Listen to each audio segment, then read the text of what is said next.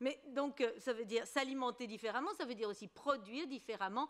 Monsieur Franck, est-ce que c'est possible pour un agriculteur à l'heure actuelle de produire comme Madame Bernard le souhaite? Donc en 2009, rappelez-vous l'épandage de lait sur Ciné, là on était vraiment dans la Bérésina où on touchait encore 18 cents pour un litre de lait. Et ça c'était mortel pour tout le monde. D'ailleurs en France il y avait un suicide par jour. Et après, on s'est rendu compte que faire des manifestations, bloquer à chaque fois les citoyens avec nos tracteurs sans compréhension, vous aussi, vous avez votre travail, vous avez votre stress de tous les jours. Encore avoir un agriculteur, un tracteur devant vous qui vous bloque, bah, c'est pas sympa, quoi. Il y a moyen de trouver d'autres alternatives. Et on a réfléchi à ça aussi dans le sens où, dans nos manifestations, justement, les citoyens, les consommateurs nous demandaient à chaque fois, bah, écoutez, qu'est-ce qu'on peut faire pour vous aider ?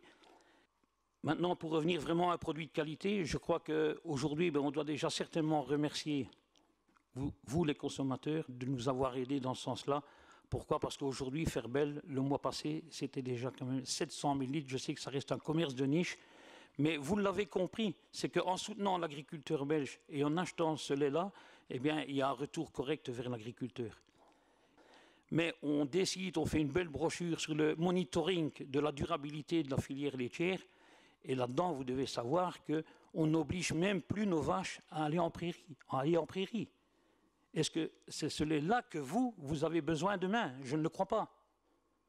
Vous savez, quand on a des discussions avec la CBL pour dire, voilà, il faudra informer le consommateur pour dire que sur la boîte de lait, puisque les vaches ne vont plus aller à l'extérieur en prairie, eh bien, il va falloir que vous mettiez une photo d'une vache qui reste dans l'étable toute l'année, sur caillebotis, dans les logettes, et alors on verra si le consommateur, il achète encore votre lait.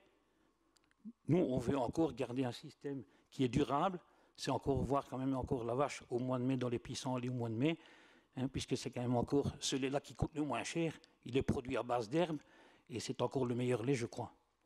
Voilà, ça, je pense qu'au niveau de la qualité du produit, eh bien, c'est déjà une très belle démarche. Peut-être que si le consommateur peut aller dans ce sens-là.